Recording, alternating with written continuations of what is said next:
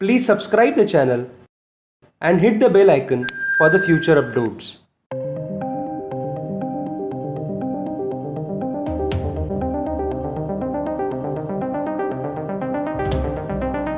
Good morning and a very happy Sunday. This is our 15th Facebook Live session. हे आपलं 15वं Facebook live session आहे. आपले पंतप्रधान माननीय नरेंद्र मोदीजी यांनी लॉकडाऊन, आपला जो देशभराचा लॉकडाऊन होता तो 3 मेपर्यंत एक्सटेंड केलेला आहे. त्याचा आदर राखत आपण 3 मेपर्यंत कोरोनाचा प्रसार रोखण्यासाठी सर्वतोपरी मदत करूयात आणि हा काळ आपण ज्ञानार्जनासाठी आणि काहीतरी प्रोडक्टिव्ह करण्यासाठी घालूयात असं मला वाटतं. Prime Minister Narendra Modi ji has extended the lockdown period for India till 3rd of May 2020.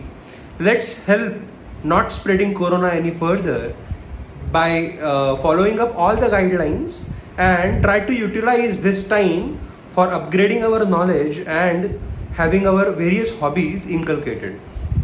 In this session we are going to cover total of 6 questions. या सेशनमध्ये आपण 6 प्रश्न बघणार आहोत. The questions which were asked on my YouTube channel or personally on WhatsApp or personally on my Messenger. जे प्रश्न मला Facebook Messengerला, WhatsAppवर किंवा YouTube चॅनलवर विचारले गेले त्याची मी आता उत्तरं देणार आहे. The first question which was posted was follow-up of our last Facebook live session which was regarding service of summons, and it was pointed out that if the party, that is opposite party, is living outside India, that aspect is not covered. So the first question was, what is the procedure of service of summons if the opposite party is living outside India, that is in a foreign country. जर समोरची व्यक्ती म्हणजे ज्याच्या विरुद्ध केस दाखल केलेली आहे ती व्यक्ती भारताबाहेर राहत असेल तर अशा सिनारिओमध्ये समन्स सर्व करण्याची प्रोसिजर काय आहे. मागच्या फेसबुक लाईव्ह सेशनमध्ये आपण समन्स सर्व करण्याच्या सगळ्या पद्धती बघितल्या, पण त्याच्यामध्ये भारताबाहेर राहणाऱ्या व्यक्तीसाठीची प्रोसिजर राहिली होती, तर ती आपण या ह्याच्यात बघूयात. दूसरा जो प्रश्न पूछा गया है, it was in Hindi, so I am speaking in Hindi. दूसरा प्रश्न जो पूछा गया है वो ये है कि एक महिला है और उनको बहुत ज़्यादा हैरेसमेंट हो रही है और उस हैरेसमेंट की वजह से वो डिप्रेशन में जा चुकी हैं और उनको अनफॉर्चुनेटली उनके घर वालों से भी सपोर्ट नहीं मिल रहा. तो ऐसे सिच्युएशन में उसने क्या करना चाहिए. एक महिला आहे आणि त्यांना खूप हॅरॅसमेंट होती आहे आणि या हॅरॅसमेंटमधून त्या स्वतः डिप्रेशनमध्ये गेलेल्या आहेत. तर त्या डिप्रेशनमधनं त्यांना त्यांची इव्हन घरातले मेंबर्स, फॅमिली मेंबर्ससुद्धा सपोर्ट करत नाहीत. तर अशा वेळी काय केलं पाहिजे असा प्रश्न विचारला आहे. Third question which is asked is, in this lockdown period, if someone wishes to approach the family court, what is the procedure? ह्या लॉकडाऊन पिरियडमध्ये फॅमिली कोर्टाला अप्रोच करून जर काही ॲप्लिकेशन फाईल करायच्या असतील तर त्याची प्रोसिजर काय आहे. Fourth question that is posted was, maintenance case was filed by a woman but a few major instances were missed out from mentioning in the application. Now she wishes to claim stridhan by filing DV. So can she file a fresh DV petition and what will be the solution of it. एका महिलेनी मेंटेनन्सची केस दाखल केली, पण त्याच्यामध्ये जे महत्त्वाच्या घटना होत्या त्या घटना नमूद करायच्या राहून गेल्या आणि आता त्यांना नवीन डोमेस्टिक व्हायलन्सची केस दाखल करायची आहे, ज्या योगे त्यांना स्त्रीधन त्यांचं जे आहे ते परत मागता येईल. तर अशा सिच्युएशनमध्ये काय करायला हवं.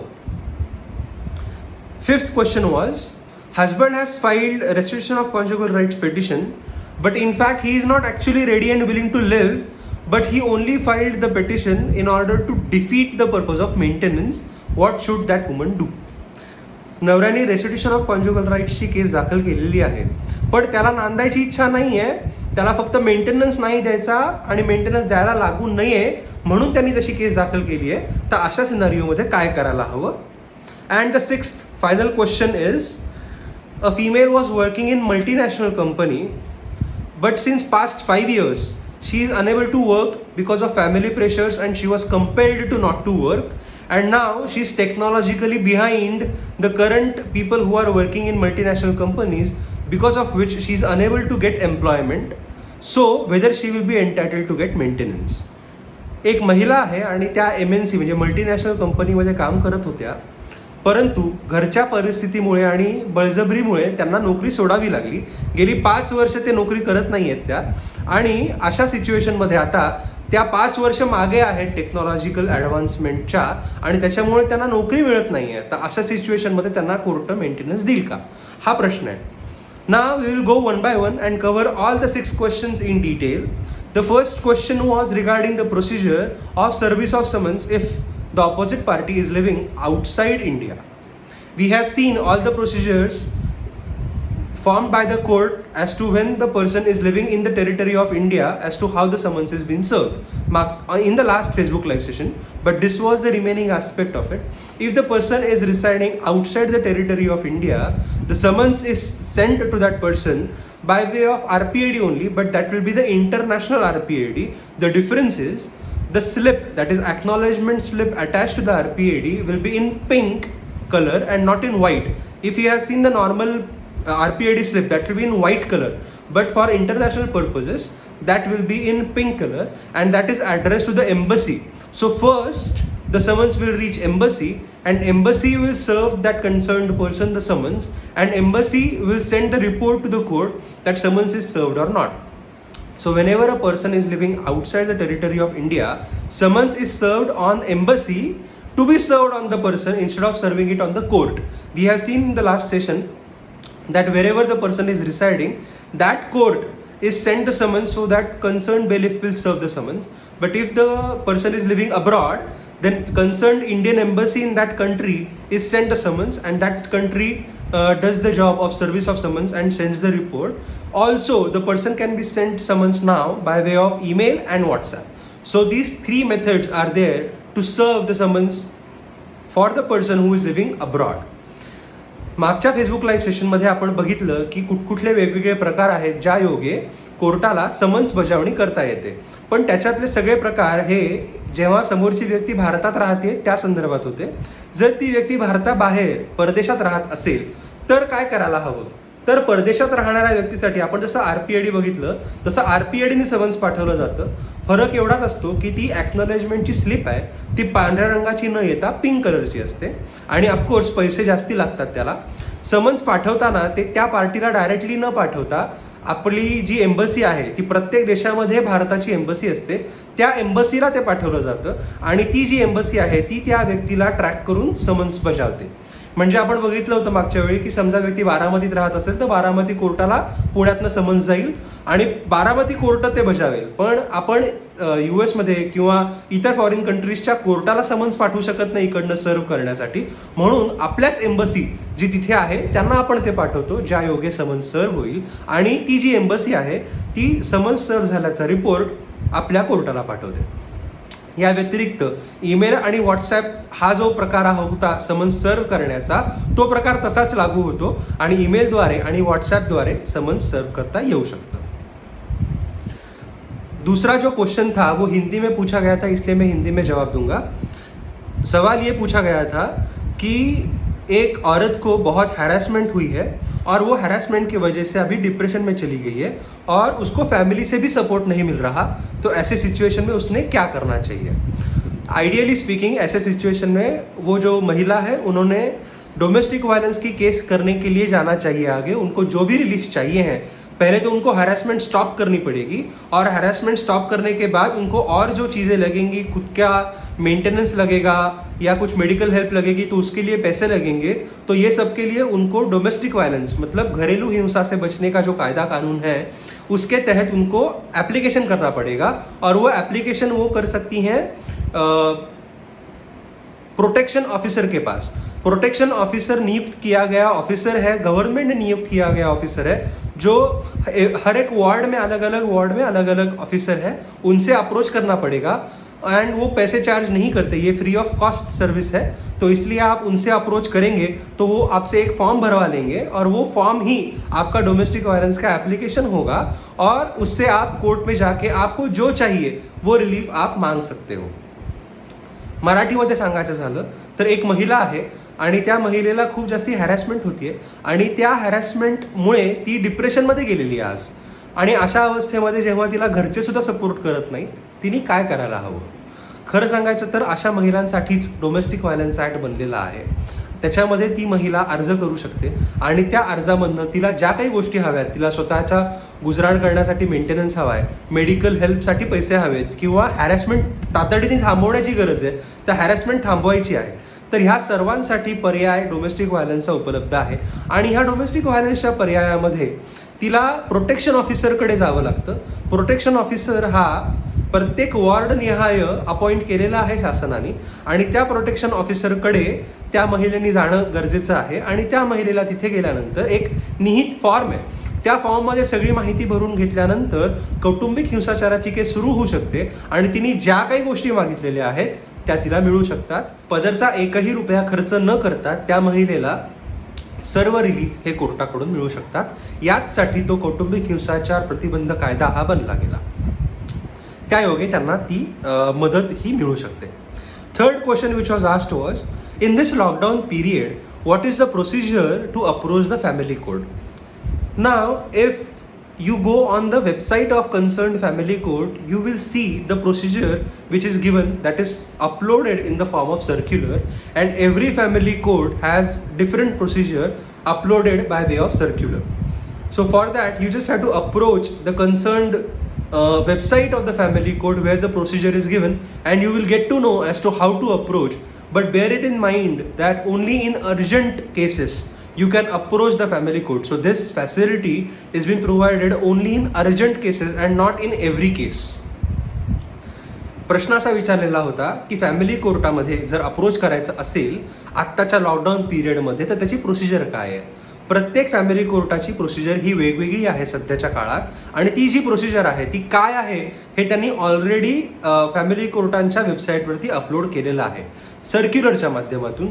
तर ते तुम्ही डाउनलोड करा, खूप सोप्या भाषेमध्ये सांगितलेलं आहे, त्याच्यातनं तुम्हाला ती माहिती मिळू शकते. प्रत्येक फॅमिली कोर्टची प्रोसिजर ही वेगळी असल्यामुळे मी यात ते कव्हर नाही करू शकत, कारण ह्याच्यातच सगळं फेसबुक लाईव्ह सेशन निघून जाईल. हवं तर मी त्याचा वेगळा व्हिडिओ बनवून टाकू शकतो.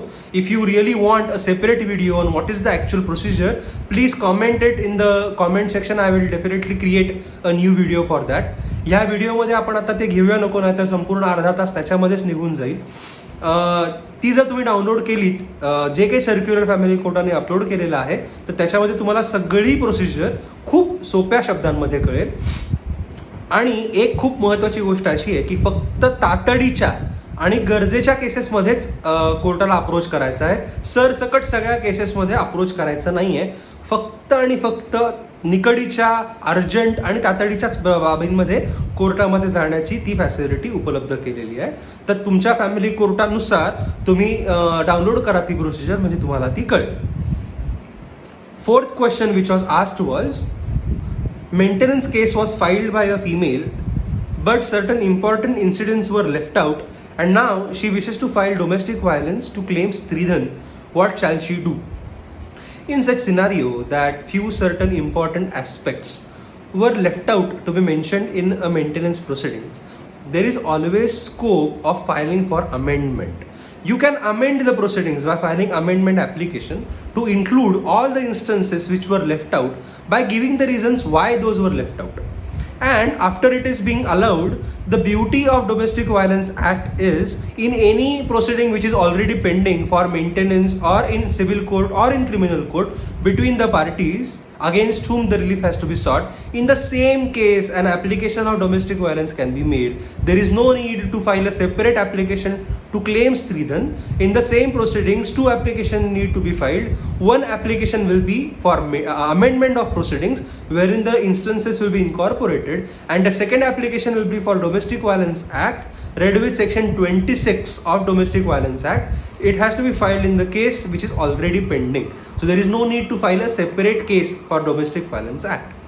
प्रश्न असा विचारला होता की मेंटेनन्सची केस ऑलरेडी दाखल केलेली आहे एका महिलेने आणि त्या केसमध्ये ज्या महत्त्वाच्या घटना आहेत त्याच राहिल्यात नमूद करायच्या, तर अशा सिच्युएशनमध्ये तिला आणि आता मेंटेनन्सची जी केस आहे त्या व्यतिरिक्त त्यांना स्त्रीधन पण हवं आहे आणि त्यासाठी डोमेस्टिक व्हायलन्सची केस दाखल करायची, तर काय करायला हवं?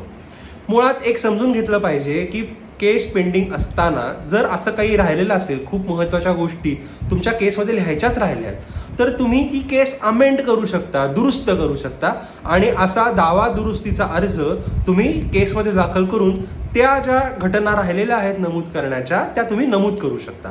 हा झाला पहिला मार्ग.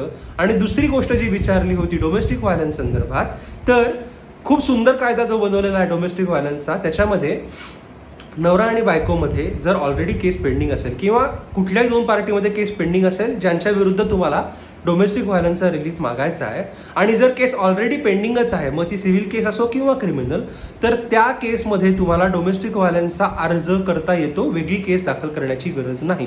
म्हणजे दाखल असलेल्याच केसमध्ये तुम्ही स्त्रीधनासाठी अर्ज दाखल करू शकता डोमेस्टिक व्हायलन्स ॲक्ट सेक्शन 26 अन्वये. म्हणजे कलम 26 जे आहे ते वापरून तुम्ही तसा अर्ज कोर्टामध्ये दाखल करू शकता. आता ह्या संदर्भामध्ये म्हणजे तुम्ही 2 अर्ज दाखल करायचे. एक अर्ज दावा दुरुस्तीचा, ज्याच्यामध्ये राहिलेल्या घटना तुम्ही ॲड करणार, आणि दुसरा अर्ज स्त्रीधनासाठीचा, जो कलम 26 आणि स्त्रीधनाचा जो सेक्शन आहे तो लावून तुम्ही दाखल करू शकता.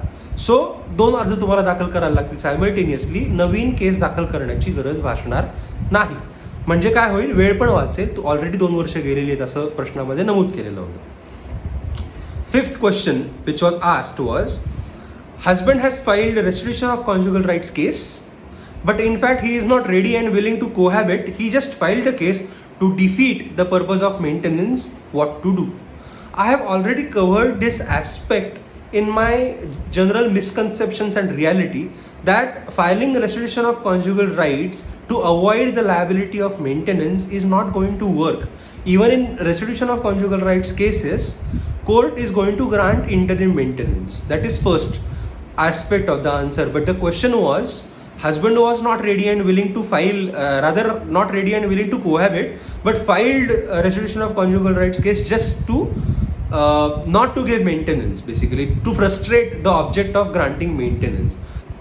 The solution is very cunning, political, that if husband is actually not ready and willing to live with you, just go to the court and say that I am ready and willing. So allow his petition and try to twist the fact so that the truth will come out. He will be compelled to say, no, I don't want to live, I just filed it. In that scenario, the truth will come out in the court and you will be able to win it. प्रश्न असा विचारला होता की नवऱ्याला राहायचं नाहीये, नांदायचं नाहीये, पण तरी पण त्यांनी नांदण्याची केस दाखल केली का, तर बायकोला मेंटेनन्स द्यायला लागू नये म्हणून. तर अशा सिच्युएशनमध्ये काय करायला हवं. मी ऑलरेडी एक व्हिडिओ अपलोड केलेला आहे ज्याच्यामध्ये सामान्य जे मिसकन्सेप्शन्स आहेत आणि जे काही गैरसमज आहेत, तर त्याच्यामधला हा खूप मोठा गैरसमज होता की नवऱ्यानी जर रेस्टिट्यूशन ऑफ कॉन्ज्युगल राईट्स म्हणजे नांदण्याची केस दाखल केली तर त्याला मेंटेनन्स द्यायलाच लागत नाही. तर असं नाही आहे. इंटरिम मेंटेनन्स हा त्याही केसमध्ये द्यावाच लागतो, आणि जर खरंच जेन्युइनली इंटरेस्ट नसेल त्या माणसाला नांदण्यामध्ये तर तो तशीही ती केस जिंकू शकत नाही आणि महिलेला मेंटेनन्स हा द्यावाच लागेल. तर हा काही कवच कुंडल नाही आहे दाखल करायला, ते मी ऑलरेडी वेगळ्या व्हिडिओत कव्हर केलं.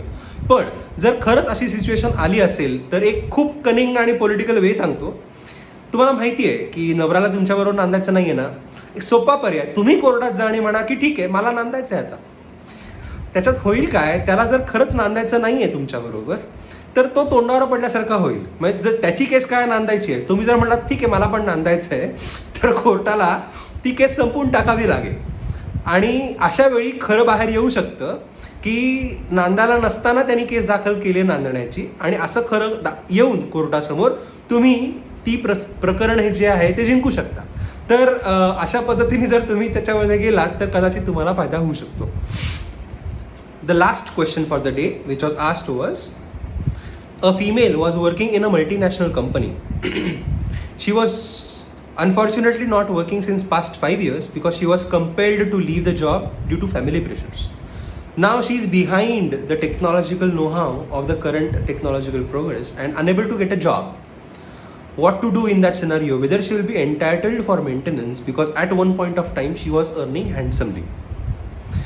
See, the court also understands that a gap between service which you have invested for your family, wherein you were behind the technological know-how and technology progress. Therefore, the court is definitely going to consider these aspects and court is definitely going to grant you maintenance. But that is not absolute maintenance that will be granted to you.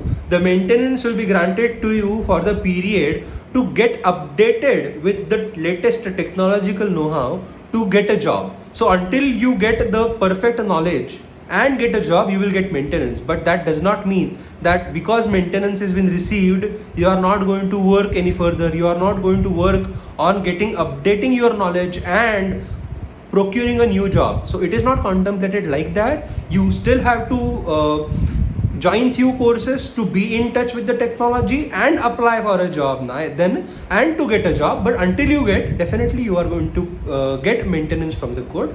You are definitely entitled to get maintenance. प्रश्न असा विचारलेला आहे की एक महिला multinational कंपनीमध्ये काम करत होती खूप चांगल्या पगारावर, पण घरगुती प्रेशर्समुळे त्यांना ती नोकरी सोडावी लागली. 5 वर्ष होऊन गेलेली आहेत आणि त्या नोकरी करत नाही आहेत आणि आज त्या सध्याच्या टेक्नॉलॉजीच्या खूप मागे पडलेल्या आहेत आणि त्याच्यामुळे त्या जेव्हा नोकरी शोधायला गेल्या तेव्हा त्यांना नोकरी मिळत नाही आहे. तर अशा सिच्युएशनमध्ये त्यांना कोर्टाकडून मेंटेनन्स मिळेल का? कारण एकेकाळी त्यांना खूप जास्त पगार होता. कोर्टाला पण अशी सिच्युएशन कळते की जर फॅमिलीसाठी तुम्ही वेळ दिलात आणि त्याच्यामुळे तुम्ही नोकरी करू शकलेला नाही आहात, तुम्ही तो वेळ फॅमिलीसाठी इन्व्हेस्ट केला आणि तुम्ही आज मागे पडलेला आहात टेक्नॉलॉजिकली, तर तुम्हाला नोकरी मिळताना त्रास होणार आहे हे कोर्टाला सुद्धा समजतं. आणि हे जर अशाच पद्धतीने पोर्ट्रे केलं तर तुम्हाला मेंटेनन्स मिळेल. पण मेंटेनन्स मिळताना हे असं नाही आहे की तुम्हाला मेंटेनन्स मिळाला म्हणजे तुम्ही काम करायचं नाही आहे. तुम्हाला मेंटेनन्स मिळालेला आहे, त्या मेंटेनन्सचा वापर तुम्ही 2 पद्धतीने करायचा आहे. एक, तो मेंटेनन्स तुमच्या स्वतःच्या गुजराणीसाठी आहे आणि 2, तुम्ही कोर्सेस जॉईन करायचे आहेत तुमचं नॉलेज अपडेट करण्यासाठी आणि त्याच्यानंतर नोकरी शोधण्याचा प्रयत्न करायचा आहे, जेणेकरून तुम्हाला पुन्हा एकदा तेवढ्याच पगाराची किंवा त्यापेक्षा जास्ती पगाराची नोकरी ही मिळू शकेल. एक लक्षात ठेवा, मेंटेनन्स मिळाला म्हणजे नोकरी करायची नाही असं होत नाही. तुम्हाला कोर्ट फक्त मेंटेनन्स हे त्या दरम्यानच्या काळासाठी देणार आहे, जेवढ्या काळात तुम्हाला टेक्नॉलॉजीशी संलग्न होऊन नवीन कोर्सेस जॉईन करून जे काही शिकायचं आहे ते शिक्षण घेऊन कोर्स कंप्लीट करून अपडेट करायचे नॉलेज आणि मग नोकरी शोधायची. नोकरी शोधेपर्यंत. पण याचा अर्थ तुम्ही जर नोकरी शोधायचा प्रयत्नच नाही केला, तुम्ही कुठला कोर्सच नाही जॉईन केला आणि आता मी घरीच बसणार असा अप्रोच जर ठेवलात तर कदाचित मिळालेला मेंटेनन्स नंतर कॅन्सल सुद्धा होऊ शकतो. So bear it in mind, maintenance granted in this scenario also can be cancelled if it is seen that you are not doing anything to procure a job, you are not doing anything to get the complete know-how of the current technologies, you are not joining courses, you are not updating yourself and not doing anything to find a job, then maintenance so granted by the court can also be cancelled because based on maintenance now you are not willing to work at all. So you actually did not want to work and you are basing your maintenance greed on the aspect that 5 years you were not working. So this is not going to work in this manner. एकदा पुन्हा उजळणी करू आपण कुठले कुठले प्रश्न बघितले. पहिला प्रश्न होता की ऑपोजिट पार्टी जर भारताबाहेर राहत असेल तर त्या व्यक्तीला समन्स सर्व्ह करण्याची प्रोसिजर काय असते. दुसरा प्रश्न असा विचारलेला होता की एका महिलेला खूप जास्त हॅरॅसमेंट होती आहे, ती डिप्रेशनमध्ये पण गेली आहे, त्यांना घरातनं कुठलाही सपोर्ट मिळत नाही, अशा सिच्युएशनमध्ये त्यांनी काय करायला हवं. तिसरा प्रश्न होता की आत्ताच्या लॉकडाऊन पिरियडमध्ये फॅमिली कोर्टला अप्रोच करायचा असेल कुठल्याही कारणासाठी तर त्याची प्रोसिजर काय आहे. चौथा प्रश्न होता की मेंटेनन्सची केस ही ऑलरेडी दाखल केलेली आहे आणि त्या मेंटेनन्सच्या केसमध्ये काही मुद्दे राहून गेलेत मेन्शन करण्याचे आणि आता स्त्रीधनासाठी वेगळी डोमेस्टिक व्हायलन्सची केस करावी लागते, तर काय करायला हवं. पाचवा प्रश्न होता की नवऱ्यानी रेस्टिट्यूशन ऑफ कॉन्ज्युगल राईट्स म्हणजे नांदायला येण्याची केस दाखल केली आहे, पण त्याला नांदायचंच नाही आहे, त्यांनी ती केस दाखल केली फक्त आणि फक्त मेंटेनन्स द्यायला नको म्हणून, तर अशा सिच्युएशनमध्ये काय करायला हवं. आणि सहावा प्रश्न होता की महिला मल्टीनॅशनल कंपनीमध्ये काम करणारी खूप मोठ्या पगारावरची महिला 5 वर्षापेक्षा जास्ती काळ किंवा 5 वर्ष आता नोकरी करत नाही आहे आणि तिला आता अपडेट नॉलेज पण नाही आहे आणि नोकरी मिळत नाही, तर अशा सिच्युएशनमध्ये तिला मेंटेनन्स मिळेल का. 6 questions that were covered in this session वर.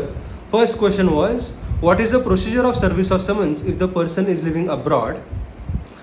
दूसरा क्वेश्चन जो हिंदी में पूछा गया था वो ये था कि एक महिला जिसको बहुत ज़्यादा हैरेसमेंट है और वो हैरेसमेंट के चलते वो अभी डिप्रेशन में है, उसको कोई सपोर्ट नहीं है घर वालों से, तो ऐसे सिचुएशन में उसने क्या करना चाहिए. The third question was in this lockdown period what to do to approach the family court and what is the procedure. The fourth question was maintenance case is already filed but few important instances were not already mentioned in the case and now the female wants to file a domestic violence case to get maintenance amount to get stridhan. Now what should she do. The fifth question was if the husband has already filed restitution of conjugal rights case, but in fact he is not at all interested in resuming cohabitation with the spouse, he just filed it to evade the responsibility of payment of maintenance, what shall the woman do? And the sixth question was, a female was working in an MNC with handsome salary, but since past 5 years she is not working and she is behind the updated technologies and unable to procure a job, whether she is entitled for maintenance. हाच Facebook लाईव्हचा video मी यूट्यूबवरती जे माझं channel आहे matrimonial law info त्याच्यावर upload करणार आहे. जर तुमच्याकडनं मिस झालं असेल इवन ह्या पूर्वीचे फेसबुक लाईव्हसुद्धा, तर सगळे फेसबुक लाईव्ह सेशन्स हे यूट्यूब चॅनलवरती अपलोड केलेले आहेत, तुम्ही तिथे जाऊन बघू शकता.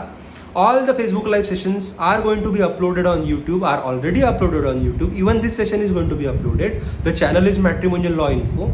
If you have missed any episode, you can definitely go to the channel and check it out. Thank you all for your support, because now I am glad to inform that we have crossed 1600 subscribers. So thank you all of you for your love and support. मला हे सांगताना खूप आनंद होतो की आपण 1600 सबस्क्रायबर्सचा टप्पा हा पार केलेला आहे. सगळ्यांचे मनपूर्वक आभार. आपण जे एक प्रेम दाखवलेलं आहे चॅनलप्रती त्याबद्दल सर्वांचे आभार. यानंतरचं जे फेसबुक लाईव्ह सेशन असणार आहे ते असणार आहे 3 मे रोजी, ज्या दिवशी आपल्या देशाचा लॉकडाऊन कदाचित संपेल. त्या दिवशी आपलं पुढचं फेसबुक लाईव्ह सेशन असणार आहे सकाळी 10 वाजता. The next Facebook live session is going to be on 3rd of May when the lockdown is supposed to end for the country. It will be at 10 AM in the morning. जे काही तुम्हाला शंका असतील त्या दरम्यान ह्या 2 आठवड्याच्या काळात तुम्ही सर्व शंका तुमच्या ह्या फेसबुक लाईव्ह सेशनच्या कॉमेंट सेक्शनमध्ये, फेसबुकच्याच माझ्या मेसेंजर बॉक्समध्ये, यूट्यूब चॅनलवर किंवा पर्सनली व्हॉट्सॲप करून मला त्या विचारू शकता. मी ते सगळे प्रश्न कव्हर करीन पुढच्या फेसबुक लाईव्ह सेशनमध्ये. If you want to ask any questions you can definitely post them in the comment section. You can ask them personally in my messenger. You can ask them from WhatsApp or even anywhere on the Facebook by mentioning it on my page, and I will definitely include those questions in the next Facebook live. Again, happy Sunday to everyone. Thank you.